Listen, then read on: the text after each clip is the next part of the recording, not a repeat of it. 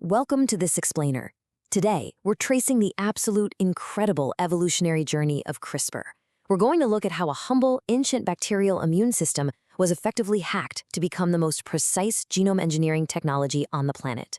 If you've ever wondered how we actually edit the code of life, you are definitely in the right place. Here's our agenda for today's explainer.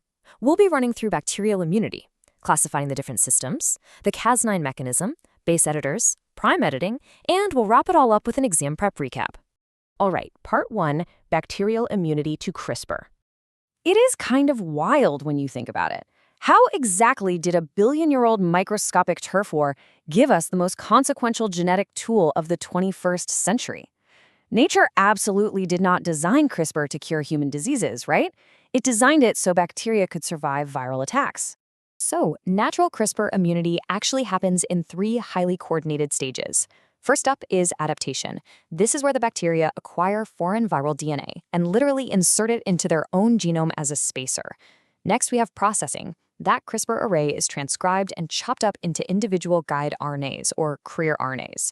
And finally, there's interference. That mature crRNA guides a Cas protein to recognize and completely destroy the matching viral target if it ever tries to invade again. To really grasp how bacteria remember these viruses, we have to look at the genome itself. Think of the CRISPR locus as a literal molecular memory bank. It's built on this repeating pattern, conserved repeats interspaced with unique spacer sequences. And those spacers, they're quite literally snippets of DNA stolen from previous viral infections.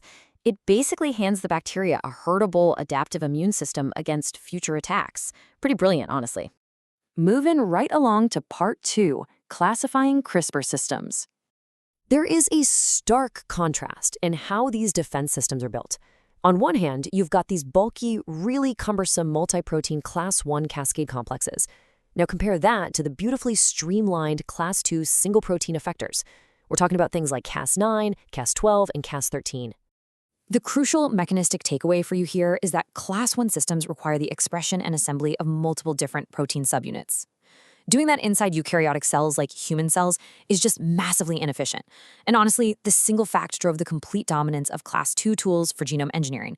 A single protein effector is vastly simpler to express, to purify, and most importantly, to deliver into mammalian cells. Okay, let's get into the nitty-gritty. Part 3, Cas9 mechanism and engineering.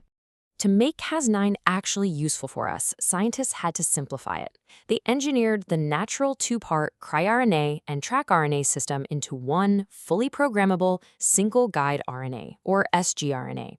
By fusing them together with a linker loop, researchers created a single molecule where changing just the 20 nucleotide guide sequence changes the exact DNA target. That right there is the fundamental programmability of CRISPR. It's a total game changer. But, Cas9 is way more than just a pair of genetic scissors. It's a highly sophisticated molecular machine. When we examine its structure, we see our rec lobe, which is responsible for recognizing the RNA-DNA hybrid, and a nuc lobe containing the catalytic machinery. The Nature Reviews paper adds some really critical depth here. It notes that the HNH and RUVC domains in the nuc lobe cleave the DNA exactly 3 nucleotides away from the PAM sequence, and that leaves a blunt double-strand break. So how does this translate into the actual search mechanism? Well, Cas9 doesn't just randomly hack away at DNA. It follows strict sequential steps. It absolutely requires finding a PAM sequence. For SpeakCas9, that's typically an NGG sequence, before it can even initiate DNA unwinding. If it bumps into DNA and there's no PAM, it just shrugs and moves on. The PAM is the mandatory trigger that allows the guide RNA to test for a match, which drastically accelerates the search across billions of base pairs. Once Cas9 finds its target and creates that blunt double-strand break, its job is essentially done. Now, the mammalian cell panics, takes over, and desperately tries to repair the shattered DNA.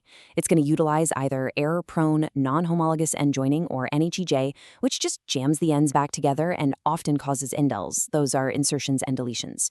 Or it uses precise homology-directed repair, or HDR, but only if a customized DNA template is present.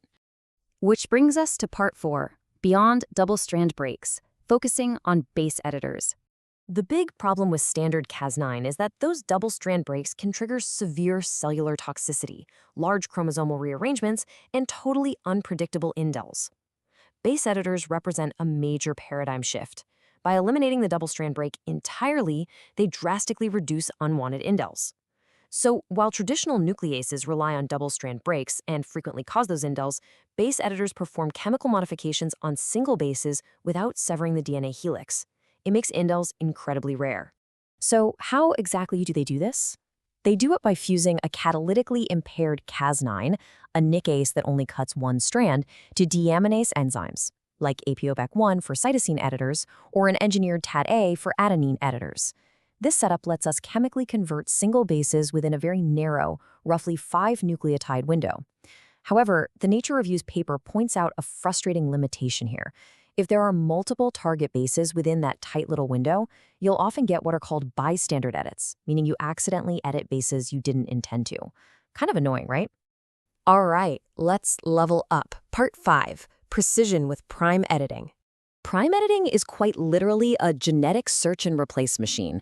It utilizes a Cas9 nickase, but this time it's fused to a reverse transcriptase enzyme. It also uses a very specialized guide called a pegRNA. The absolute brilliance of this is that the pegRNA acts as both the targeting guide to find the DNA and the RNA template that the reverse transcriptase uses to write a desired edit directly into the genome. When we compare these toolkits side by side, you can really see how prime editors solve the major weaknesses of the previous generations.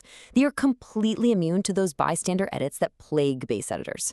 And because they write new DNA from scratch, they unlock the extraordinary ability to perform all 12 possible base-to-base conversions, not just the 4 transition edits that base editors are limited to. And the clinical potential here? It's expanding rapidly. The Nature Review's paper highlights that advanced prime editing techniques, like using dual peak RNAs in twin PE or grand approaches, can now install massive insertions up to 250 base pairs. They can even handle huge deletions of over 10 kilobases, all without relying on those toxic double-strand breaks. It is just an incredible leap forward. Finally, let's bring it all together. Part 6, Lecture Recap and Exam Prep. If you need to synthesize everything we've covered today, here is the master comparison you need to know. Cas9 nucleases require double-strand breaks and result in high indels. Base editors eliminate double-strand breaks, but definitely suffer from bystander edits. Prime editors also eliminate double-strand breaks and give you high product purity and versatility, though keep in mind they are large, complex machines that require a lot of extensive optimization. Let's test this foundational understanding with 2 high-yield questions you're likely to see. Question 1. Regarding the classification we discussed early on, why exactly did Class II systems completely dominate mammalian editing? And question 2, what is the strict mechanistic requirement of the PAM sequence during the Cas9 search process? Okay, here are the core truths you need to take away.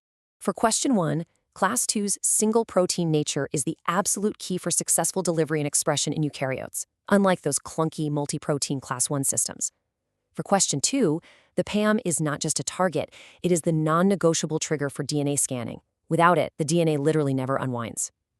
Understanding these mechanisms shows just how far we've come in mastering this ancient immune system. And it leaves us with one final, profound thought to consider. As our search and replace editing tools become endlessly more precise, where does the limit of human genome engineering truly lie? Thanks for joining me on this explainer. I'll catch you next time.